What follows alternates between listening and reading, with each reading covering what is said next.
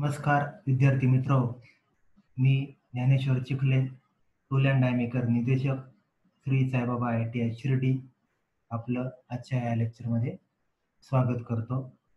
तर विद्यार्थी मित्र, आज आपण आजच्या या लेक्चरमध्ये पायलट टूल्स पायलट संदर्भात या प्रकरणामध्ये माहिती घेणार आहोत. तर आपण पाहूया पायलट्स म्हणजे काय. प्रथमतः इंट्रोडक्शन प्रस्तावनेमध्ये आपण पायलट संदर्भात माहिती घेणार आहोत. तर प्रामुख्याने प्रोग्रेसिव्ह डायमध्ये किंवा टुलामध्ये स्टॉक ट्रिप पट्टी एका ऑपरेशन नंतर पुढील ऑपरेशनसाठी पुढे सरकावी लागत असते.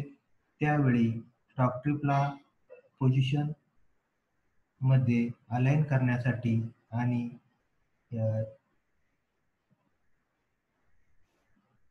पायलटची त्या ठिकाणी आवश्यकता भासत असते. ब्लँकिंग आणि पिअर्सिंग ऑपरेशन करताना ही गरज पायलटची प्रोग्रेसिव्ह डायमध्ये भासत असते. पायलटच्या साहाय्याने स्टॉक ट्रिपला लोकेट करण्याच्या पोझिशनला रजिस्टर्ड पोझिशन असे म्हणतात.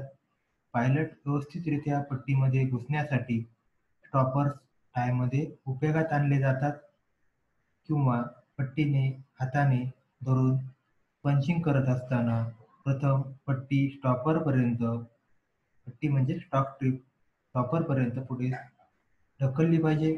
परंतु पायलट पट्टीमध्ये घुसताना पट्टीला थोडे मागे ढकलत असतात.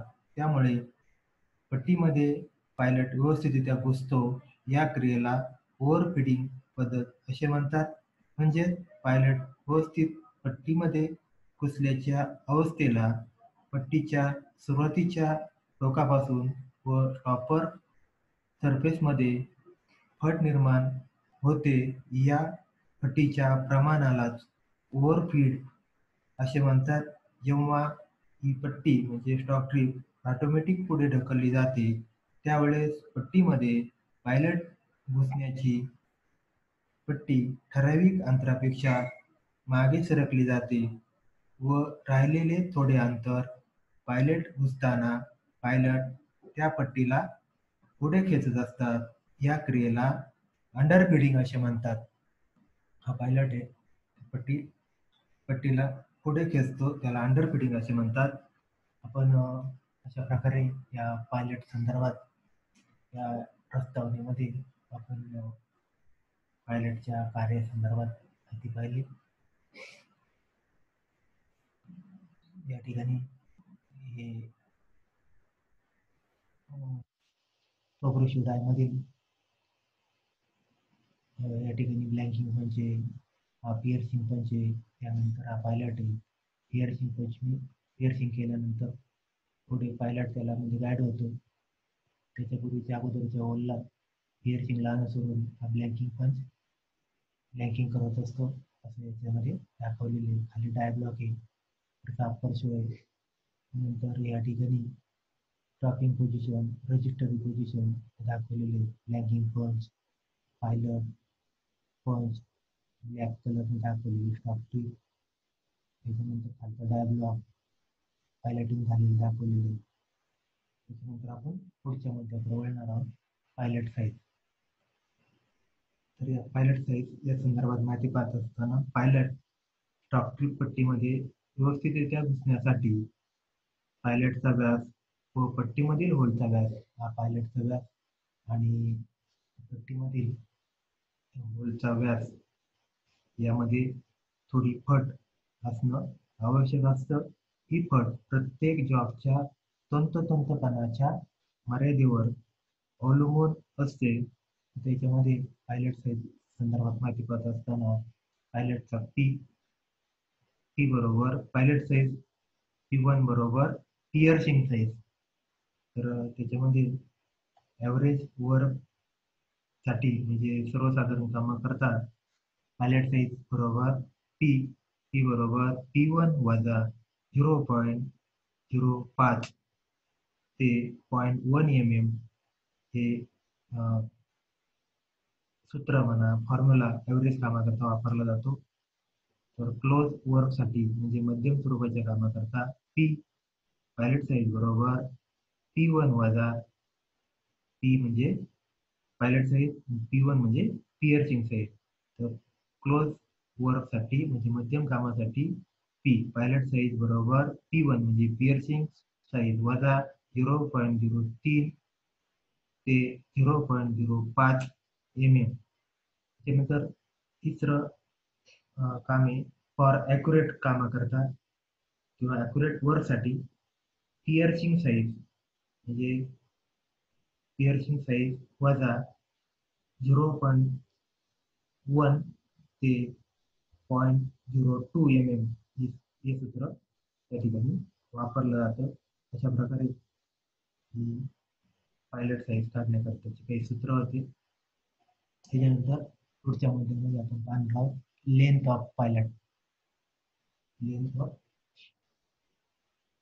पायलट तर पायलटची लांबी पंच लांबीपेक्षा ही पुढची आकार आहे हा हे जे दाखवलेले पायलट नोज आहे पायलटची लांबी ही 1.5 mm किंवा स्टॉक ट्रिप थिकनेस इतकी. आता ही काळ्या रंगाची स्टॉक ट्रिप आहे तिच्या थिकनेस म्हणजे 1.5 mm किंवा स्टॉक ट्रिप थिकनेस इतकी ही पायलटची लांबी अधिक ठेवली जाते किंवा दोन्हीमध्ये जी अधिक साईज असेल म्हणजे 1.5 mm किंवा स्टॉक ट्रिप या दोघांमध्ये जी अधिक असेल तितकी त्या पायलटची लांबी पिअर्सिंगसाठी म्हणजे पायलटिंगसाठी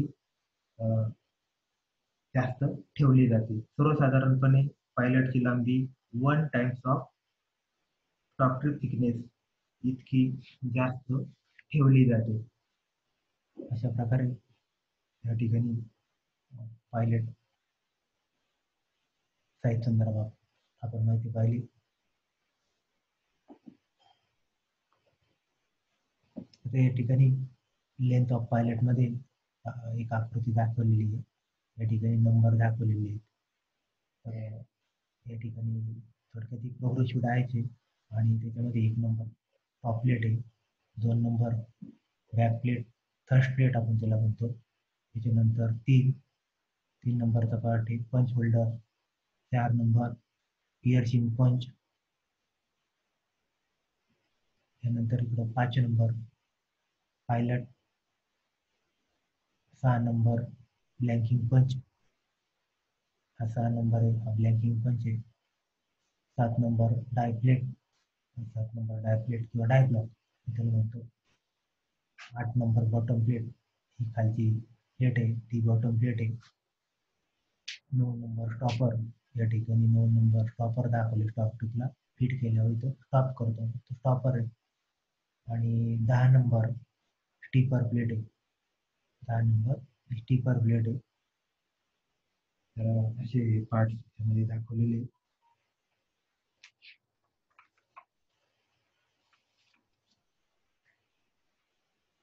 त्याच्यानंतर आपण पुढचा मुद्दा पाहणार आहोत pilot opening in the die. Pilot opening in the die त्याच्यामध्ये अशा 2 आकृती. तर या pilot opening in the die संदर्भात माहिती पाहत असताना डायमध्ये पायलट ओपनिंग ही मोठी ठेवली जाते. त्यात असेल तर रजिस्टरिंग पेक्षा तर स्टॉक मटेरियल ओपनिंग मध्ये ड्रॉ होईल. असं पण म्हटलेलं आहे pilot opening in the die. डायमध्ये पायलट ओपनिंग ही मोठी ठेवली असेल तर मोठी ठेवली म्हणजे रजिस्टर पोझिशन पेक्षा तर स्टॉक मटेरियल ओपनिंग मध्ये ड्रॉ होईल.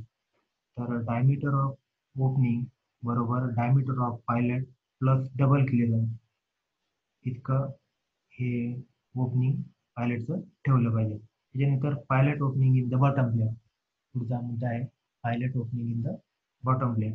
ही बॉटम प्लेट किंवा बेस प्लेट आहे त्याच्यामध्ये ही पायलट ओपनिंग ठेवलेली आहे. त्या संदर्भातली माहिती pilot opening in the bottom plate. तर या संदर्भात माहिती पाहत असताना पुढील कारणाकरता बॉटम प्लेटला म्हणजे बेस प्लेटला पायलट ओपनिंग म्हणून आरपार बोट ठेवलेले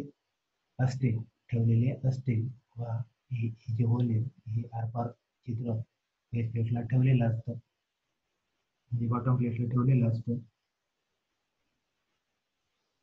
मिसफिडिंगमुळे स्लग व्यवस्थितरित्या निघतात जेव्हा टॉप टॉपवर जंप होते.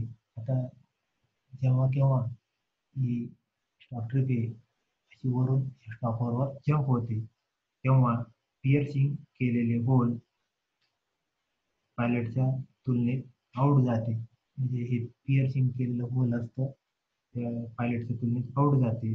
त्यामुळे पायलट ट्रिपमध्ये गरम होईल व पंचने स्लग वेडावाकडा स्लग निर्माण होण्याची शक्यता असते.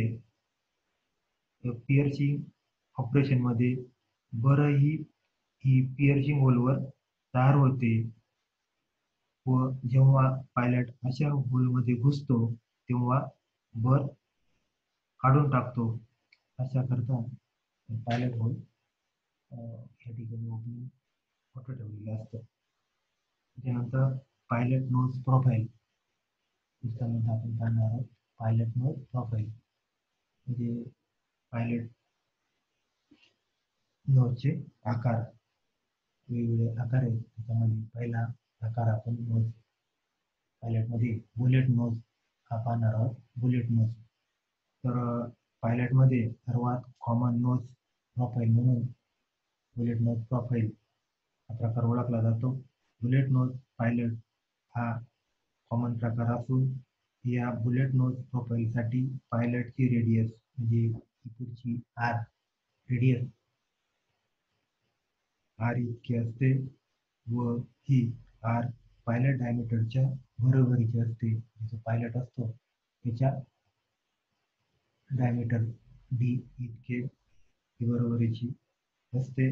जेव्हा जेव्हा 6 mm पेक्षा कमी साईजच्या पायलटची रेडियस, समजा पायलटचा डायमीटर 6 आहे त्याच्यापेक्षा कमी साईजच्या पायलटची रेडियस जास्तीची ठेवून पायलटमुळे येणारा लॅटरल फोर्स हा त्या ठिकाणी कमी करता येतो. बुलेट नोज प्रोफाईल मजबूत व साधा बुलेट हा आकार आहे पायलटचा. हा बुलेट नोज प्रोफाईल हा मजबूत, साधा आणि ॲक्शनसाठी स्मूथ असतो. म्हणजे पिअर्सिंग केलेल्या होलमध्ये घुसण्याकरता स्मूथ अशा प्रकारचा प्रोफाईल असतो. अशा प्रकारे पायलट नोज प्रोफाईल मधला हा बुलेट नोज प्रोफाईल आपण पहिला प्रकार पाहिला. त्याच्यानंतर दुसरा प्रकार पायलट नोज प्रोफाईलचा आपण पाहणार आहोत.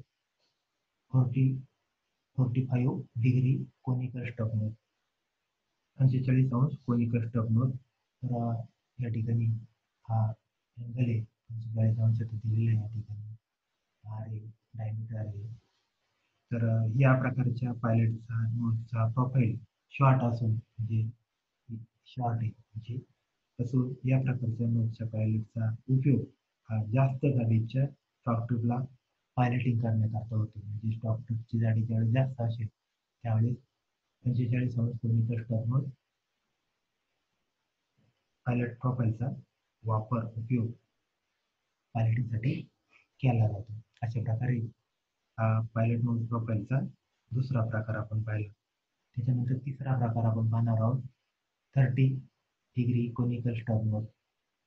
तर या ठिकाणी हा 30 डिग्री कोनिकल स्टॉप नोज आहे आणि हा 15 डिग्री कोनिकल स्टॉप नोज. पायलटचे हे दोन प्रकार आहेत.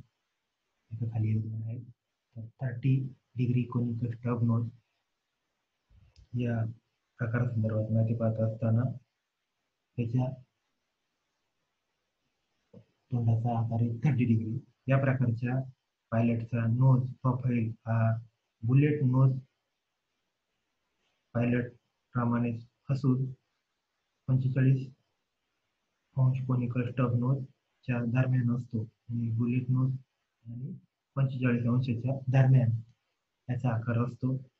असं हे वर्णन त्या 30 डिग्री कोनिकल स्टॉप नोजच्या बाबतीत सांगता येईल. त्यानंतर शेवटचा प्रकार आहे 15 degree 15 degree conical stop nose. तर हा प्रकार येतो 15 डिग्री कोनिकल स्टब नोज, उंची थोडी जास्त दाखवलेली आहे ठिकाणी पायलटची. तर या प्रकारच्या पायलटचा उपयोग 15 अंश कोनिकल स्टब नोज या प्रकारच्या पायलटचा उपयोग छोट्या स्मॉल पायलटसाठी आणि सॉफ्ट मऊ अशा पातळ मटेरियलसाठी या 15 अंश कोनिकल स्टब नोज पायलटचा उपयोग केला जातो. अशा प्रकारे या पायलट नोज प्रोफाइलचे बुलेट नोज, 45 अंश conical stub nose, 30 degree conical stub nose, 15 degree conical stub nose असे 4 प्रकार आपण पाहिले. त्यानंतर पुढचा मुद्दा आपण पाहणार आहोत पायलट इन पंचेस. पायलट इन पंचेस.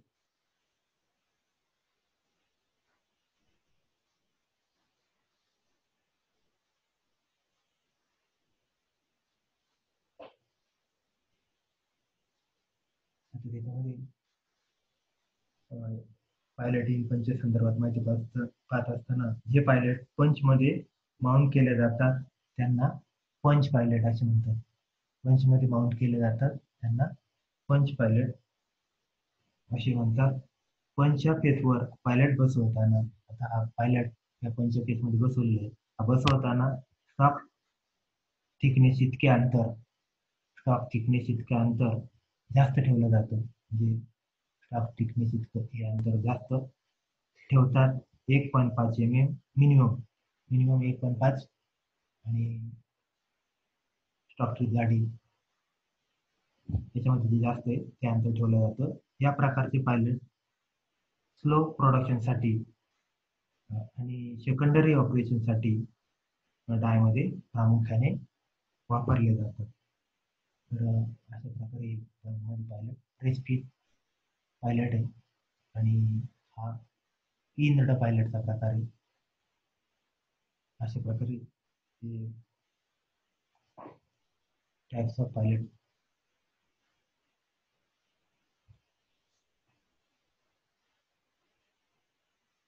संदर्भात आपण माहिती आता पाहणार आहोत. पायलट इन पंचेस संदर्भात माहिती पाहिली. तर त्याच्यामध्ये पहिला प्रकार आपण रेक्टेबल पायलट संदर्भात माहिती पाहण्यापूर्वी स्पेशल केस म्हणून बऱ्याच वेळा पायलट हे पंच होल्डरमध्ये पकडले जातात. आता हे जे पायलट असतात बऱ्याच वेळेस पंच होल्डरमध्ये देखील पकडलेले असतात. तर त्याच्यामध्ये पहिला प्रकार आपण पाहणार आहोत टाइप्स ऑफ पायलटचा रेक्टेबल पायलट. तर डायमध्ये किंवा मिस फिडिंगमुळे स्टॉकट्रिप स्टॉपरवर सरकत असते. स्टॉकट्रिप कशी दाखवल्याप्रमाणे स्टॉपरवर सरकते. त्यावेळेस पायलट वेडेवाकडे होतात किंवा तुटतात. यावर मात करण्याकरता हा रेक्टेबल पायलटचा उपयोग हा स्प्रिंग लोडेड पायलट प्रकार असून ते जेव्हा अनपियर्सिंग केलेल्या पृष्ठभागाच्या संपर्कात येतात, म्हणजे समजा हा पायलट आहे, खाली पियर्सिंग केलेलं होल नाही म्हणून म्हणजे अनपियर्सिंग केलेलं पृष्ठभागाच्या संपर्कात येतात, तेव्हा ते असे स्प्रिंग लोडेड असल्यामुळे आतमध्ये पुश होतात. तर असा हा रेक्टेबल पायलटचा टाइप्स ऑफ पायलट मधला पहिला प्रकार आपण पाहिला. त्याच्यानंतर मुव्हेबल टाईप पायलट हा दुसरा प्रकार आपण टाइप्स ऑफ पायलटचा पाहणार आहोत. स्टॉक ट्रिपच्या मिस फिडिंगमुळे पायलट हे तुटत असतात. अशा वेळी पायलट बदलताना वेळ वाया जातो व प्रोडक्शनचा लॉस होत असतो. त्यासाठी मुव्हेबल टाईप पायलट त्या ठिकाणी वापरले जातात. टॉप प्लेटमधून होल बसवून, आता हा पायलट टॉप प्लेट आहे, टॉप प्लेटमधून स्क्रू बसवून पंच होल्डरमध्ये हा पायलट ह्या पंच होल्डरमध्ये पकडलेला आहे स्क्रूच्या साहाय्याने पकडतात. त्यामुळे कमी वेळेमध्ये आपल्याला हा पायलट बदलता येणं शक्य होतं.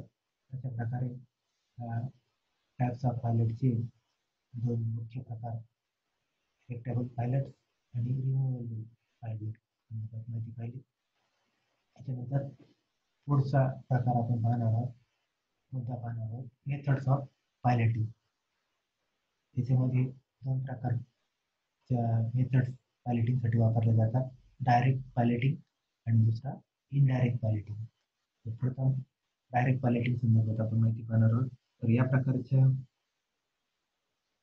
पायलटिंग संदर्भात माहिती पाहत असताना या प्रकारचे पायलट हे ब्लँकच्या मध्ये येणाऱ्या पिअर्सिंग होलमध्ये, आता समजा हा ब्लँक आहे, कॉम्पोनंट आहे, त्यामध्ये हे होल आहे, तर ब्लँकच्या मध्ये येणाऱ्या पिअर्सिंग होलमध्ये या प्रकारचं डायरेक्ट पायलटिंग मध्ये पायलिंग केलं जातं. ही पद्धत योग्य पद्धत म्हणून ओळखली जाते, परंतु काही ठिकाणी इनडायरेक्ट पायलटिंगची आवश्यकता भासत असते.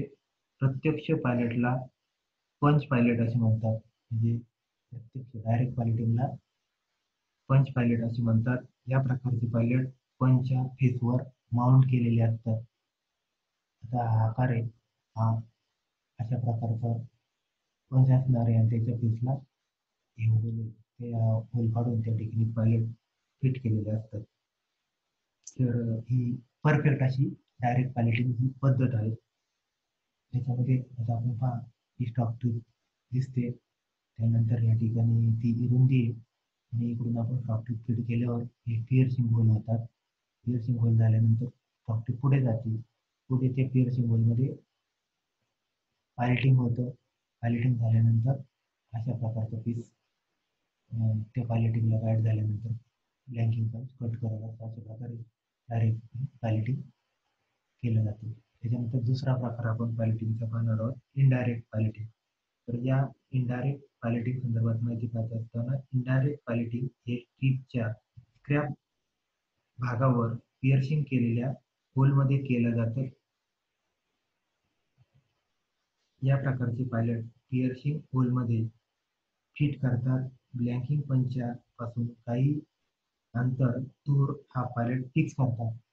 तर आपल्याला असा अधिक चिन्हाकृती कॉम्पोनंट हवा आहे आणि आपल्याला या पीस पाठवून होल नको आहे, त्यावेळेस इकडं बाजूला म्हणजे हे पाहिजे, हे बाजूला पायलटिंग केलेलं आपल्याला दिसते. म्हणजे त्या ठिकाणी इनडायरेक्ट पायलटिंग करत असताना डायरेक्ट पायलटिंग हे स्ट्रीपच्या इनडायरेक्ट पायलटिंग हे स्क्रॅप स्ट्रीपच्या पिअर्सिंग केलेल्या होलमध्ये केलं जातं. या प्रकारचे पायलट पिअर्सिंग होलमध्ये फिट करतात. ब्लँकिंग पंचच्या पासून म्हणजे हा हा असा पंच असणार आहे त्याच्यापासून काही अंतर दूर हा पायलट फिक्स करतात. या प्रकारचा पायलट ट्रिपला आधार देऊन डिस्टॉर्शन होण्यापासून वाचवत असतो. तर अशा प्रकारे या इनडायरेक्ट पायलटिंग संदर्भात ही माहिती पाहिलेली आहे. तर पायलटिंगच्या दोन मेथड्स आहेत, पद्धती मेथड्स ऑफ पायलटिंग. त्याच्यामध्ये direct piloting, indirect piloting. Piece part त्याच्या बाह्य भागावर म्हणजे दुसऱ्या भागावर आणि पीस पार्ट त्याच्या कॉम्पोनंटच्या आतील भागावर म्हणजे होल आहे त्याला पायलटिंग केलं जातं. पीस पार्टच्या बाह्य भागावर पायलटिंग करून हा दुसरा प्रकार आहे. त्याच्यानंतर close tolerance on hole. Close tolerance on the hole. तर या ठिकाणी कॉम्पोनंट होता क्लोज टॉलरन्स. तर या डायमध्ये पायलटिंग होत असताना पायलटमुळे पिअर्सिंग होल मोठी होण्याची शक्यता असते. क्लोज टॉलरन्स ऑन होल यामध्ये डायमध्ये पायलटिंग होत असताना पायलटमुळे पिअर्सिंग होल येथे होल मोठी होण्याची शक्यता असते असं म्हटलेलं आहे. दुसरा मुद्दा आहे होल टू स्मॉल. तर या दुसऱ्या आकृतीमध्ये फिगर 17 मध्ये छोट्या होलमुळे पायलट ब्रेक किंवा तुटण्याची शक्यता असते. आता हे छोटे होल आहेत कॉम्पोनंटवर आणि यामुळे पायलट ब्रेक होण्याची शक्यता, तुटण्याची शक्यता असते किंवा पायलटिंग करताना छोट्या होलमुळे अडचण निर्माण होत असते असं याच्यामध्ये दाखवलेलं आहे. त्याच्यानंतर पुढचा मुद्दा hole too close to edge of the blank. म्हणजे या ब्लँकच्या कडेपासून होल अत्यंत जवळ आहे, तर पिअर्सिंग होल साईज पायलटमुळे मोठी होऊन डिस्टॉरेशन तयार होण्याची शक्यता असते. गेज जवळ असल्यामुळे पिअर्सिंग होलमधील साईज पायलटमुळे मोठे होऊन डिस्टोरेशन तयार होण्याची शक्यता याच्यामध्ये. क्लोज होल अत्यंत जवळ एज पासून असल्यामुळे होण्याची शक्यता असते असं दाखवलेलं आहे. त्याच्यानंतर पुढचा मुद्दा आहे holds in weak area. Holds in weak area. आता या ठिकाणी असा कॉम्पोनंटचा आकार आहे आणि होल दाखवले पिअर्सिंगचे. तर पीस पार्टच्या कडेजवळ पिअर्सिंग होल असल्यामुळे हा कॉम्पोनंट आहे समजा आणि त्याच्या जवळ ही होल असल्यामुळे पीस पार्टला दोष तयार होण्याची शक्यता असते. का? तो होल्ड्स इन वीक एरिया जवळ असल्यामुळे असं दाखवलेलं आहे. त्याच्यानंतर hold paced too closely. Hole paced too closely. आता या पीस पार्टमध्ये जवळजवळ होल दाखवलेले पहा. पीस पार्टवर जवळजवळ होल असतील तर ॲक्युरेट रिलेशनशिप आपल्याला पिअर्सिंग करताना मेंटेन होणार नाही. असं जवळ होल असल्यामुळं शक्यता नाकारता येत नाही. त्यानंतर पुढचा मुद्दा आपण पाहणार आहोत ब्लँक विदाउट होल. बऱ्याच वेळेस होल नसलेल्या पिअर्सिंग पीस पार्टवर होल नसलेल्या पीस पार्टवर स्क्रॅप भागावर या पद्धतीने पायलटिंग केलं जातं. अशा प्रकारे आज आपण या पायलट संदर्भात या प्रकरणामध्ये आपण माहिती पाहिली. पायलट संदर्भात माहिती पाहत असताना पायलटमध्ये प्रस्तावनेमध्ये आपण पायलट म्हणजे काय पाहिलं. त्याच्यानंतर pilot size, length of pilot, pilot opening in the die, pilot opening in the bottom plate, pilot nose profile, त्याच्यामध्ये पिलट नोज, 45 कोनी कस्टम नोज, 30 डिग्री कोनी कस्टम नोज, 15 डिग्री कोनी custom nose, piloting punches, types of pilot, erectable pilots, removable pilots, methods of piloting मध्ये direct piloting आणि indirect piloting संदर्भात पाहिली. Close tolerance in the hole too small, hole too close to the edge of the blank, hole in the weak area, hole spaced too closely, blank without hole. अशा वेगवेगळ्या piece पार्टवर piloting करताना खबरदारी घ्यावी, काळजी घ्यावी ही माहिती आपण पाहिली. धन्यवाद.